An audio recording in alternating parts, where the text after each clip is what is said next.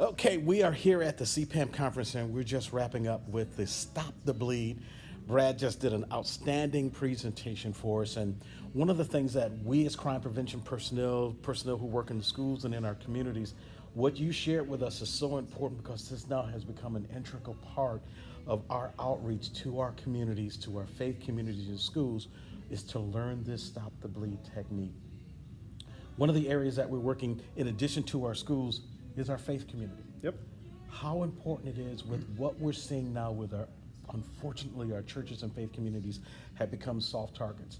What we're incorporating with church security and community outreach, why is this so important for us to make sure we help educate and learn about Stop the Bleed?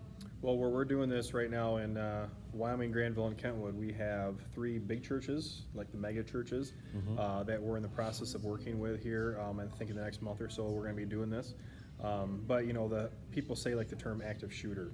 It could be active assailant, it could be anybody, the whole stranger danger. People are so hung up on the whole active shooter thing. Not that the whole big pictures of emergency preparedness could be globally. anything. Yeah. So yeah, just trying to reach the most amount of people, the most vulnerable, where the risk could be to bring this out into the community, bring it out into the schools, bring it out into the churches, just to, like I said, reach as many people as we can to learn how to do something simple just by doing direct pressure or putting a tourniquet on somebody. Now, what we did today, we learned about the various types of tourniquets in addition to packing the bleed itself. And this is something that if you don't see this or do this every day, we do see it in emergency services. But what are those tips for those who might be squeamish or it's life-threatening? Sure. So it's like, here's a training that you have, and it's important to be able to use it.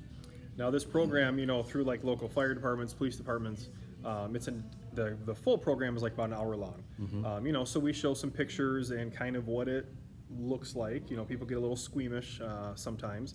But I think in the heat of the moment, most people would step up and at least put their hand, put their knee, put their shirt over somebody that's bleeding, and it's as simple as that. It's direct pressure, until police department, fire department gets there.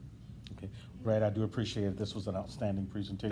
Thank you for having us. We've got kits that's been donated by Lowe's and a number of emergency services that all of our members who were here today got access to. We're going to show you some more of those parts here in just a minute. But again, once again, on behalf of CPAM and all of our personnel today, thank you again so much. Thank you for having us. Appreciate it. Yep. Okay, I'm going to swing this around so that you can see the kits.